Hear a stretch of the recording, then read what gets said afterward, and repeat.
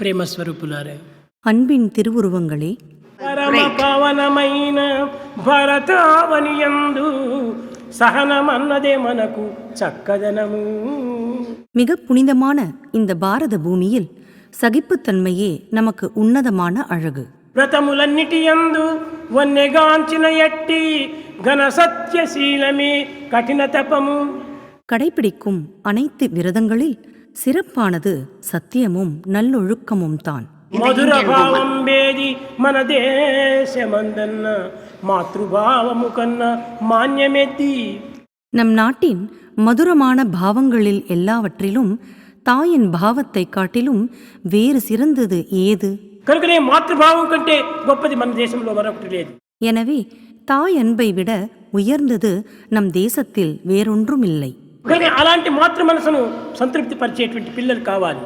எனவே அத்தகைய தாயின் மனதை திருப்திப்படுத்தக்கூடிய குழந்தைகள்தாம் இன்று தேவை. అలాంటి మాతృమూర్తులు కూడా ఈనాటి అభివృద్ధి పొందాలి. அப்படிப்பட்ட அன்னையரும் இன்று அபிவிருத்தி அடைய வேண்டும். కొన్ని నాది నేను చెప్పుకోవటం గొప్పది కాదు. சில விஷயங்கள் என்னை பற்றி நானே சொல்லிக் கொள்வது சரியல்ல. కానీ ఈ యొక్క శరీరములకు మాతృమూర్తి ఈశ్వరమ్మ ఉండేటువంటిది. இந்த தேகத்திற்கு தாயாக ஈஸ்வரம்மா இருந்தார். ఆమె ఎంత మంచి విషయాలు చెప్పేటువంటిదంటే చాలా గొప్పవి. చదువు రాదు, సంధ్యలు రాదు, ఓనామాలే నేర్చుకోలేదు. அவர் எத்தனையோ நல்ல விஷயங்களைச் சொல்வார். ஆனால் அவர் பள்ளிக்கு சென்றது இல்லை. எழுதவும் படிக்கவும் தெரியாதவர். ఆమెనే మొట్టమొదట స్వామి, మన దేశంలో ఎంతో గొప్ప మంది ఉంటారు, కానీ చిన్నపిల్లలు ఆ యొక్క నడుచుకొని బుక్కబట్టాన్ని పోతున్నారంటే నాకు చాలా కంటి నీరు గారుతుంది. మన గ్రామంలోనే ఒక చిన్న స్కూల్ కట్టించండి స్వామి అని కోరింది. ஆனால் அவரே முதலில், சுவாமி, நம் தேசத்தில் எத்தனையோ உயர்ந்தவர்கள் இருக்கின்றனர், ஆனால் நம் கிராமத்தில் உள்ள சிறிய குழந்தைகள் பள்ளிக்கூடத்திற்கு புக்கப்பட்டணம் வரை நடந்து செல்வதை காணும்போது எனக்கு கண்ணீர் வருகிறது. நம் கிராமத்திலேயே ஒரு சிறிய பள்ளிக்கூடத்தை கட்டிக்கொடுங்கள் சுவாமி என்று கோரிக்கை விடுத்தார். నా దగ్గర డబ్బు లేదే అన్నాను. நான் அப்பொழுது என்னிடம் பணம் இல்லையே என்று சொன்னேன். తన మెడలో అది తీసింది దండ, దీన్ని అమ్మేసి కావాల్సింటే కట్టండి స్వామి అనింది. தன் கழுத்தில் அணிந்திருந்த சங்கிலியை கழற்றி இதை விற்றாவது பள்ளியை கட்டுங்கள் சுவாமி என்றார். తొందరపడద్దు, నేను నిన్ను పరీక్ష చేయడం కోసం నేను అట్టు అడిగాను, నేను తప్ప కట్టిస్తానన్నాను. அவசரப்படாதே, நான் உன்னை சோதிப்பதற்காகவே இவ்வாறு கேட்டேன், தவறாமல் கட்டித் தருகிறேன் என்றேன். రెండవ దినమే పునాది వేశాను. இரண்டாவது நாளே அடிக்கல்லை நாட்டினேன். వారం లోపలనే కొట్టం తయారైపోయింది. ஒரு வாரத்திற்குள் கட்டிடம் எழுப்பப்பட்டது. పిల్లలందరినీ స్కూల్లో చేర్చాను. பிள்ளைகள் யாவரும் பள்ளியில் சேர்ந்தனர். ఒక వారమైన తర్వాత ஒரு வாரம் முடிந்த பின், నేను తృప్తి అయిందా ఈనాడు నీకు అని అడిగాను. உனக்கு இப்போது திருப்திதானே என்று கேட்டேன். కానీ తృప్తిగా చెప్పడం లేదు. ஆனால் திருப்தியாக பதில் வரவில்லை. కానీ కొంచెం తృప్తి అయింది, కానీ ఇంకా కొంచెం కాలేదు స్వామి అనింది. சுவாமி, கொஞ்சம் திருப்தியானதே தவிர இன்னும் கொஞ்சம் திருப்தி ஆகவில்லை என்றார். ఏం కాలేదు నీకు అన్నాను. எதற்காக திருப்தியாகவில்லை என்றேன். చిన్న పిల్లలకు జలుబు, దగ్గు ఇలాంటివంతా వస్తుంటే ఆ బుక్కపట్నం ఆసుపత్రికి ఆ తల్లు ఏడ్చుకుంటూ తీసుకుని పోతుంటే వీళ్ళు ఇక్కడి నుంచి నడిచే లోపలనే వాళ్ళకి ఏమైపోతుందో అని బాధపడుతున్నాను. ఆ చిన్న హాస్పిటల్ ఒకటి మన గ్రామంలో కట్టించండి అనింది. சின்ன குழந்தைகளுக்கு ஜலதோஷம், இருமல் போன்றவை வரும்போது புக்கப்பட்டணத்தில் உள்ள மருத்துவமனைக்கு அவர்களுடைய தாய்மார்கள் அழுதுகொண்டே இங்கிருந்து அழைத்துச் செல்வதற்குள் அவர்களுக்கு என்ன ஆகுமோ என்று வருந்துகிறேன். ஆகையால் ஒரு சிறிய மருத்துவமனையை நம் கிராமத்தில் கட்டிக்கொடுங்கள் சுவாமி என்றார். எனவே ஒரு சிறிய மருத்துவமனையையும் கட்டி கொடுத்தேன். ఈ విధంగా ఒక్కొక్కటి పవిత్రమైనటువంటి ఒక ప్రజలకు ఉపయోగమయ్యేటువంటివిగా బోధించేటువంటి వారు. இவ்விதமாக ஒவ்வொன்றாக புனிதமான கோரிக்கைகளை மக்களுக்கு உபயோகப்படும் விதமாக வேண்டிக் கொண்டும் போதித்தும் வந்தார். స్వామి, మన గ్రామంలో మాత్రమే ఉండి ప్రయోజనం కాదు, అన్ని గ్రామాల వారికి కూడా ఆనందాన్ని అందించాలి. சுவாமி, நம்முடைய கிராமத்திற்கு மட்டும் இருந்தால் பயனில்லை, அனைத்து கிராமத்தினருக்கும் நீங்கள் ஆனந்தத்தை அளிக்க வேண்டும் என்றார். కనుక ప్రతి మానవుడు కూడా సుఖంగా ఉండాలి. எனவே ஒவ்வொரு மனிதனும் சுகமாக இருக்க வேண்டும். మీరు భజనలు అయిపోతానే చెప్తున్నారు. நீங்கள் பஜனை முடிந்தவுடன் சொல்கிறீர்கள். లోక సమస్త సుఖినో భవంతు అని. லோகா சமஸ்தா சுகினோ பவந்து என்று. కానీ లోకమంతా సుఖంగా ఉందా ఇప్పుడు? ஆனால் உலகமெல்லாம் சுகமாக இருக்கின்றதா இப்போது? ఎందుకు ఈ లోకానికంతా సుఖాన్ని అందించకూడదు? ஏன் இவ்வுலகிற்கெல்லாம் சுகத்தை அளிக்கக்கூடாது? ఇంతమంది వస్తున్నారే, இத்தனை பேர் இங்கு வருகின்றனரே, తప్పని మీరు లోకానికి సుఖాన్ని అందించాలి స్వామి అనింది. ஆகையால் தவறாமல் இவ்வுலகிற்கெல்லாம் தாங்கள் சுகத்தை அளிக்க வேண்டும் சுவாமி என்றார். తీసుకుని పోయాను బెంగళూరు. அப்போது அவரை பெங்களூருக்கு அழைத்துச் சென்றேன். అక్కడ సమ్మర్ క్లాస్ ప్రారంభం చేశాను. அங்கு கோடைக்கால வகுப்புகளை ஆரம்பித்தேன். అక్కడ ప్రపంచంలో అనగా అన్ని దేశాల నుంచి కూడా స్టూడెంట్స్ని పిలిపించాము. அதற்கு உலகில் உள்ள எல்லா தேசங்களிலிருந்தும் மாணவர்களை அழைத்திருந்தோம். కాలేజీ మాత్రమే కాదు, அப்போது நம்முடைய கல்லூரி மாணவர்கள் மட்டுமல்ல, అన్ని దేశముల యొక్క కాలేజీ పిల్లల్ని కూడా పిలిపించాను. எல்லா தேசங்களிலும் உள்ள கல்லூரிகளிலிருந்தும் மாணவர்களை அழைத்திருந்தோம். వాళ్ళందరినీ పిలిపించి వారి క్లాసులు చెప్పి వారి సాయంకాల సమయం లోపల మంచి బోధనలు చేస్తుంటే அனைவரையும் அழைத்து வகுப்புகள் நடத்தி மாலை நேரத்தில் நல்ல போதனைகளை செய்து கொண்டிருந்தால் ఆనందంగా నవ్వుతూ ఉండేటువంటిది. அதை கண்டு ஆனந்தமாக சிரித்துக் கொண்டிருப்பார் ஈஸ்வரம்மா. తిరిగి భోజనానికి పోయినప్పుడు ఏమి నీకు ఆనందంగా ఉంటున్నావా ఇప్పుడు అని అడిగేటువంటి వాడు. மீண்டும் நான் உணவருந்த செல்லும்போது நீ இப்போது ஆனந்தமாக இருக்கின்றாயா என்று கேட்பது வழக்கம். ఇంతకంటే ఆనందం ఏమి కావాలిగా స్వామి? இதைவிட ஆனந்தம் வேறென்ன வேண்டும் சுவாமி? ఇంతమంది దేశస్తులంతా బాగుపడుతుంటే నాకు అదే బాగు అనింది.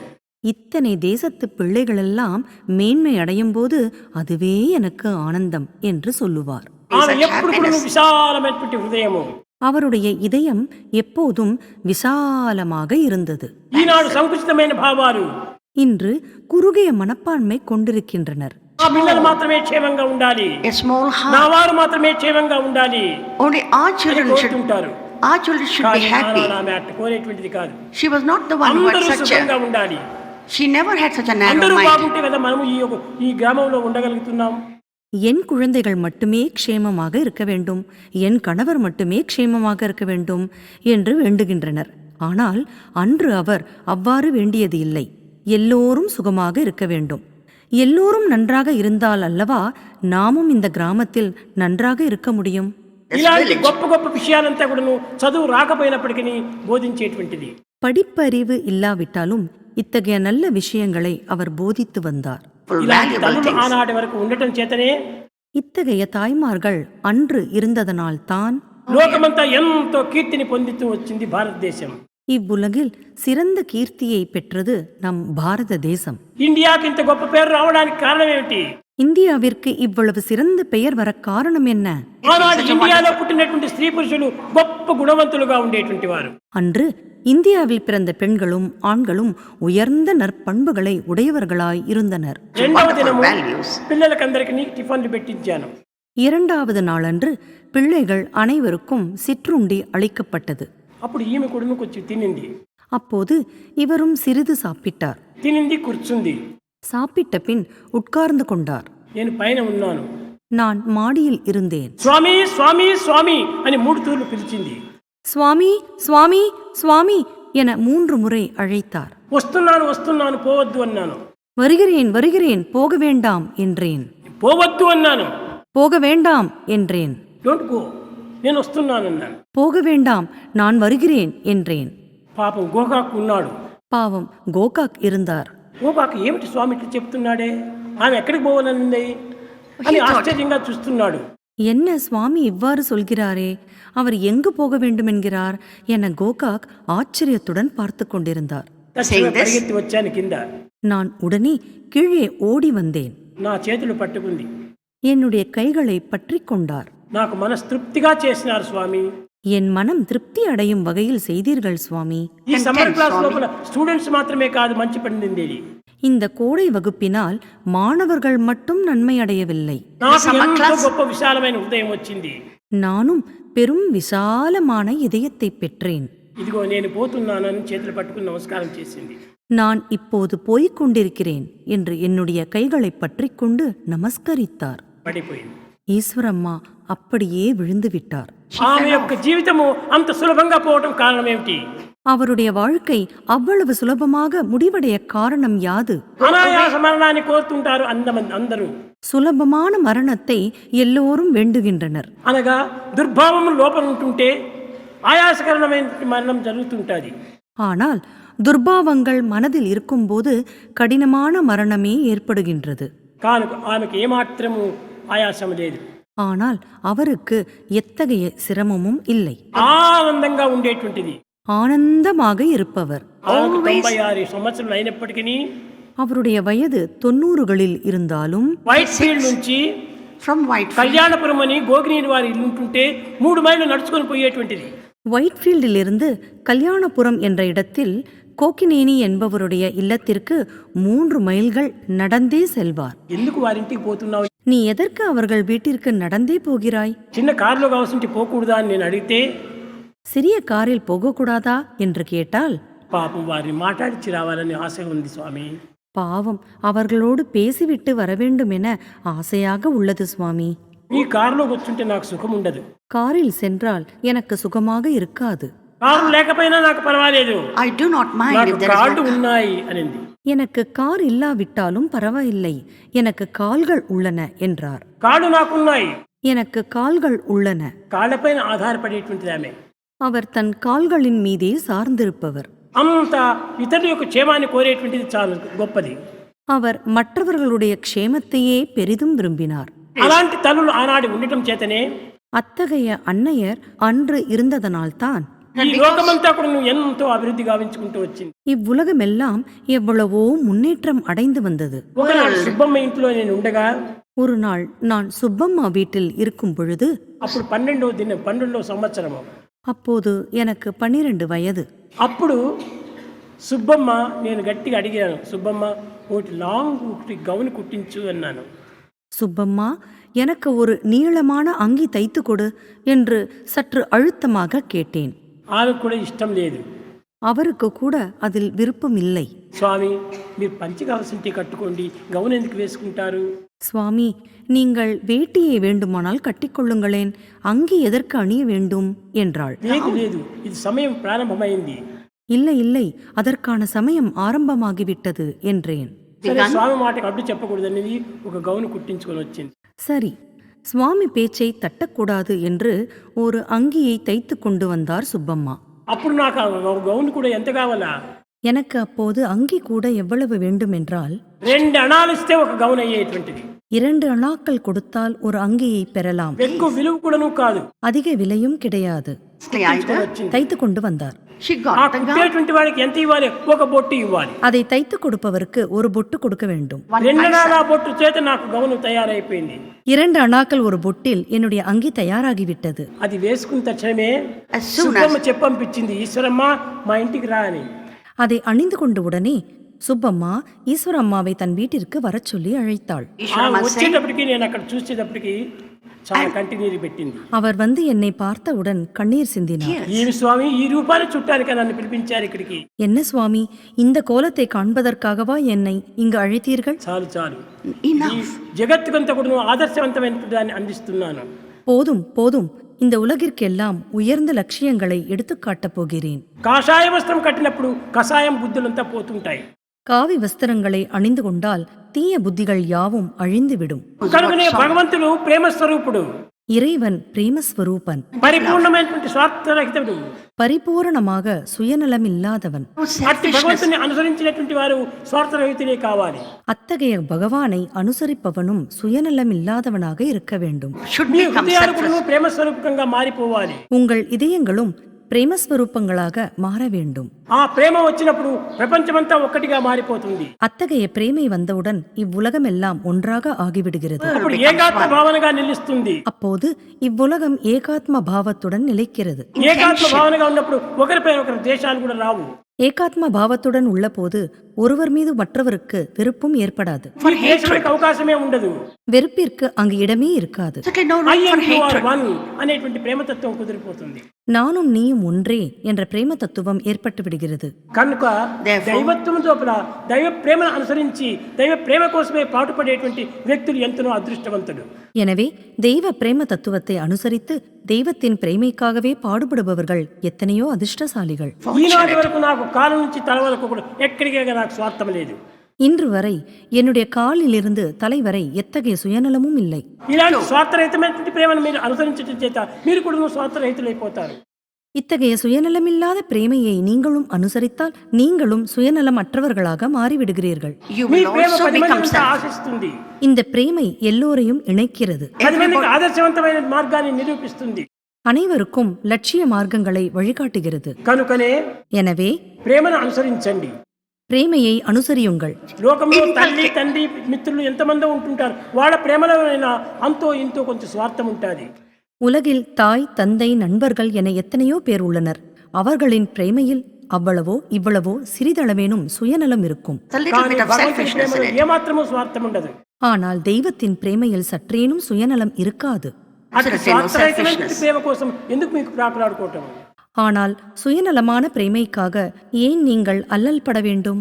కేవలం భౌతికమైనటువంటి ఈ లౌకికమైనటువంటి కృత్రిమమైనటువంటి ఈ ప్రేమల కోసం పాటుపడుతున్నారు. வெறும் பௌதீகமான இந்த லௌகீகமான பிரேமைக்காக நீங்கள் பாடுபடுகின்றீர்கள். అన్ని ప్రాకృతమైనటువంటివే. இவையெல்லாம் உலகியலானவையே. ఇవి కేవలం నెగటివ్ ప్రేమలే. இவை வெறும் எதிர்மறையான பிரேமையே. దైవం యొక్క ప్రేమ ఒక్కటే పాజిటివ్. தெய்வ பிரேமை ஒன்றே நேர்மறையானது. ఆ పాజిటివ్ ప్రేమను మీరు సాధించినప్పుడే அந்த நேர்மறை பிரேமையை நீங்கள் அடைந்த பிறகே This అన్నిటి positive love. పవర్ఫుల్ అయినటువంటి పనులు మీరు చేయగలరు. எல்லாவற்றிலும் ஆற்றல் மிக்க பணிகளை நீங்கள் செய்ய முடியும். ఆదర్శవంతమైన కర్మలు మీరు ఆచరించగలరు. லட்சியம் மிகுந்த காரியங்களை செய்ய இயலும். ఎవరేమనుకున్నప్పటికీ నేను పర్వాలేదు. எவர் என்ன நினைத்தாலும் பரவாயில்லை. ప్రేమలో దోషం లేనప్పుడు భయపడనక్కర్లేదు. பிரேமையில் தோஷம் இல்லாத போது நீங்கள் எதற்கும் பயப்பட தேவையில்லை. కనుకనే ప్రేమతత్వాన్ని మొట్టమొదట పెంచుకోవాలి. எனவே பிரேம தத்துவத்தை முதலில் நீங்கள் வளர்த்துக் கொள்ள வேண்டும். ఈనాటి వరకు నాకు ఏ వట్టి ఆంచలు లేవు. இந்நாள் வரை எனக்கு எந்த ஆசைகளும் கிடையாது. ఒకే డిజైన్. ஒரே ஒரு ஆசை, అందరూ ఏకం కావాలి. எல்லோரும் ஒன்றாக வேண்டும். అన్ని ఆత్మల యొక్క ఏకత్వాన్ని వీడు గుర్తించాలి. எல்லா ఆత్మాக்களின் ஒருமைப்பாட்டை நீங்கள் அறிந்து கொள்ள வேண்டும். నిరంతరం కూడా ప్రేమతత్వంలో మీరు పూజించాలి. எப்போதும் பிரேம தத்துவத்திலேயே வாழ வேண்டும். జీవితంలో అందరినీ కూడా మనం గౌరవించాలి. வாழ்க்கையில் எல்லோரையும் மதிக்க வேண்டும். And in life, తల్లిదండ్రులను ప్రేమించాలి. தாய் தந்தையரை நேசிக்க வேண்டும். love your parents. మీరు కోరుతుండేటువంటిది. இதையே நான் ஆசைப்படுகிறேன். కనుక Therefore, எனவே குழந்தைகளே, మీరు ఏదో తెలుసో తెలియకనో కొన్ని తప్పులు చేయవచ్చును. ஏதோ தெரிந்தோ தெரியாமலோ சில தவறுகளை செய்திருக்கலாம். wrong either కానీ తప్పులు knowingly తెచ్చుకుంటూ పోవటం మన పని కాదు. ஆனால் தவறுகளை செய்து கொண்டே போவது நம் வேலை அல்ல. Pass forget the pass. கடந்த காலம் கடந்ததுதான். கடந்த காலத்தை மறந்து விடுங்கள். Future is not sure. எதிர்காலம் నిశ్చயமற்றது. ప్రెజెంట్ చాలా ఇంపార్టెంట్. நிகழ்காலம் மிகவும் முக்கியமானது. It is not ordinary present. இது சாதாரண நிகழ்காலம் அன்று. Omni present. எங்கும் நீக்கமர நிறைந்திருக்கும் காலமாகும். కనుక ప్రెజెంట్ ని మీరు చూసి ఆనందించండి. எனவே நிகழ்காலத்தை பார்த்து ஆனந்தமடையுங்கள். ప్రెజెంట్ తో మీరు ఆనందాన్ని అనుభవించండి. இந்த நிகழ்காலத்துடன் ஆனந்தத்தை அனுபவியுங்கள். కనుకనే తల్లిదండ్రులంతా కూడా గొప్ప గుణవంతులుగా అండి మిమ్మల్ని గుణవంతులుగా చేసి వారి జన్మ సార్థకం చేసుకోవాలని నేను ఆశిస్తున్నాను. தாய் தந்தையர் உயர்ந்த குணசாலிகளாக ஆகி குழந்தைகளையும் குணசாலிகளாக மாற்றி அவர்கள் பிறவிப் பயனை அடைய வேண்டுமென நான் விரும்புகிறேன். తల్లిదండ్రులు ఎప్పుడు కూడా పిల్లల యొక్క క్షేమాన్ని మంచితనాన్ని కోరుతూ రావాలి. தாய் தந்தையர் எப்போதும் பிள்ளைகளின் க்ஷேமத்தையும் நல்லொழுக்கத்தையும் விரும்பி வர வேண்டும். గొప్పతనాన్ని మనం కోరనక్కర్లేదు. அவர்கள் பெரிய ஆளாக வேண்டுமென விரும்பக்கூடாது. they should become great people. அவர்கள் நல்லவர்களாவதையே நாம் விரும்ப வேண்டும். Good boy good boy good boy. Good boy good boy good boy. ఆ గుడ్ బాయ్ గాడ్ బాయ్ అయిపోతాడు. அந்த குட் பாய் காட் பாயாக மாறிவிடுகிறான். కానీ బ్యాడ్ బాయ్ గాడ్ బాయ్ కాడు. பேட் பாய் காட் பாயாக மாட்டான். గుడ్ బాయ్ అనిపించుకోవాలి. குட் பாய் என்றே வளர வேண்டும். కానీ మనం సాధించవలసింది గుడ్ బాయ్. ஆகவே நாம் சாதிக்க வேண்டியது குட் பாய். ఆ గుడ్ బాయ్ గా మీరు తయారయ్యి కడపటికి గాడ్ బాయ్ గా మీరు రూపొందాలని నేను ఆశిస్తున్నాను. அவ்வாறு குட் பாயாக தயாராகி கடைசியில் காட் பாயாக மாற்றமடைய வேண்டும் என்று விரும்புகிறேன். ఇక్కడ పోయినప్పటికీ ఏ పని చేసినప్పటికీ దీనివల్ల నాకు 10 మందికి నేను మంచి చేస్తున్నానా లేదా అని విచారించుకుంటూ చేయాలి. எங்கு சென்றாலும் எந்த வேலையை செய்தாலும் இதனால் எனக்கும் சூழ்ந்துள்ள எல்லோருக்கும் நல்லதை செய்கிறேனா என ஆலோசித்து செய்ய வேண்டும். నా నిమిత్తం కాదు, నా స్వార్థ నిమిత్తం కాదు అని మాత్రమే విచారించాలి. எனக்காக மட்டுமன்று, என்னுடைய சுயநலத்திற்காக மட்டுமன்று என்று நினைவுபடுத்திக் கொள்ள வேண்டும். ఈ సెల్ఫిష్నెస్ పోవాలి, சுயநலம் போக வேண்டும். సెల్ఫ్లెస్ రావాలి. சுயநலமின்மை வளர வேண்டும். సెల్ఫ్ ఈజ్ లవ్లెస్నెస్, சுயநலம் என்பது அன்பின்மை, లవ్ ఈజ్ సెల్ఫ్లెస్నెస్. அன்பு என்பது சுயநலமின்மை. కనుకనే ఆ యొక్క లవ్ అనేటువంటి సెల్ఫ్లెస్ గా ఉండాలి. எனவே அன்பு என்பது சுயநலமின்றி இருக்க வேண்டும்.